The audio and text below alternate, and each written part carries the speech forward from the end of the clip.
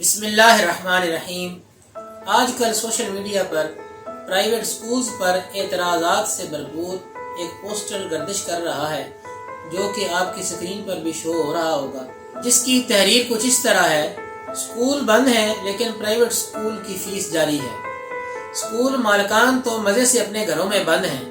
لہٰذا March April May کی face معاف کی جائے۔ تو اس سلسلہ میں ویور سے میرے کچھ سوالات ہیں۔ اس میں جو پہلی بات یہ کہی گئی ہے کہ سکول بند ہے لیکن سکول کی فیس جاری ہے،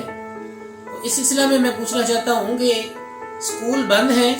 سکول کی فیس تو جاری ہے، لیکن کیا آپ کو اس بارے میں علم ہے کہ اس کے رینٹ بھی ساتھ ہی جاری ہیں؟ کیا آپ نے کبھی اس طرف توجہ فرمائی ہے کہ جو سکولز 3 ماہ کے لیے بند ہو جاتے ہیں، سکول کیونکہ ہمارے ادھر پنجاب میں اکثر جو سکول ہیں، majority of school private schools جو ہیں وہ رینٹڈ بلڈنگز میں ہیں، تو کیا یہ جو معترضین ہیں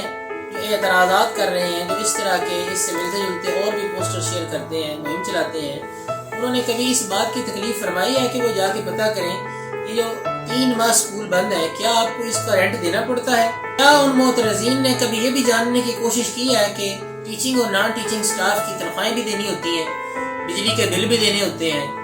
گیس کے بل بھی دینے ہوتے ہیں، دیگر جو اس میں خرچے ہوتے ہیں ماہانہ بیسس پر؟ آپ کے علم میں ہوگا بند سکول کے 20-20 ہزار روپے الیکٹریسٹی بل آ جاتے ہیں، وہ بھی وہی ادارے دیتے ہیں جن میں آپ کے بچے سارا سال تعلیم حاصل کرتے ہیں۔ اس کے ساتھ جو ادارہ سکول مالکان یہ ایک ادارہ چلا رہے ہیں، یہ سروسز پرووائڈ کر رہے ہیں، تو کیا انہوں نے اپنی کچن چلانے کے لیے ان کو کسی چیز کی ضرورت نہیں ہے؟ کیا ان معترضین نے یہ جاننے کی کوشش کی ہے کہ ان 3 ماہ میں ان کے انتشار کی وجہ سے اور ان کے اس پروپیگنڈا کی وجہ سے ہمارے کئی سکول جو ہوتے ہیں، تو اس دفعہ کا بتاؤں یہ جو کرونا کریک ڈاؤن ہوا ہے، کرونا لاک ڈاؤن کے دوران ہمارے تقریباً 10% سکول جو ہیں وہ پرماننٹ بیسس پہ آف ہو گئے ہیں، جو کہ یہ کرائسس برداشت نہیں کر پائے۔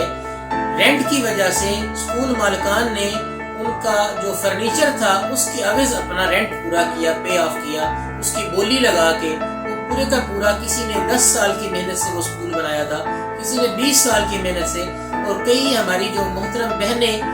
پردہ 4 دیواری کے اندر رہ کے یہ سارے معاملات کر رہی تھی، ان کو کن کن پریشانیوں کا سامنا کرنا پڑا؟ کیا معترضین نے یہ جاننے کی کبھی کوشش کی؟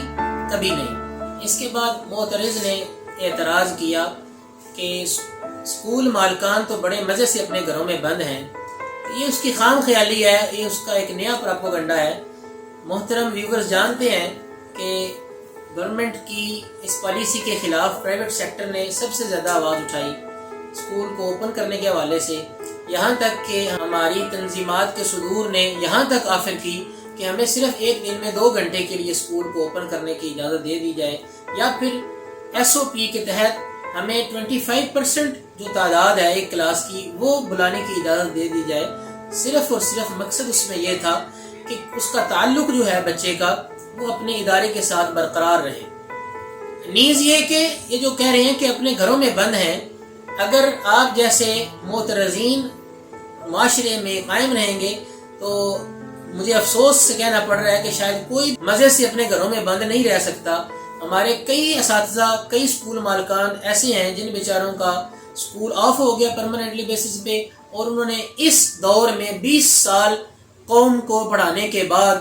30 سال کا عرصہ اس قوم کو پڑھانے کے بعد، کسی نے کوئی ریڑھی لگا لی، کسی نے کوئی پھیری والا کام شروع کر دیا، یا پھر کسی اور طریقے کے تحت مزدوری کرنی شروع کر دی۔ تو اس کے بعد اعتراض معترض کرتا ہے کہ بچوں کے والدین کے کاروبار بند ہیں، لہٰذا مارچ اپریل مئی، یا کچھ پوسٹرز میں یہ بھی لکھا ہوگا شاید مئی جون جولائی یا کرونا پینڈیمک میں جتنے بھی دن سکول بند رہتا ہے اس کی فیس معاف کی جائے۔ تو یہ تو آپ سب جانتے ہیں کہ کون سا کاروبار بند ہے اور کون سا کاروبار کھلا ہوا ہے۔ اگر ہماری سروسز کو آپ بزنس کا نام بھی دیں، پرائیویٹ سکولز جو ہیں، ہم تو اپنے ارادے کے مطابق اور اپنی نیت کے مطابق الحمدللہ سروسز فراہم کرتے ہیں۔ اگر آپ اس کو فرض محال بزنس کا نام بھی دیں تو یہ واحد اکیلا بزنس ہے جو عرصہ تقریباً 1.5-2 سال سے بند جا رہا ہے، سب سے زیادہ ڈسٹرب ہوا ہے، اور تاحال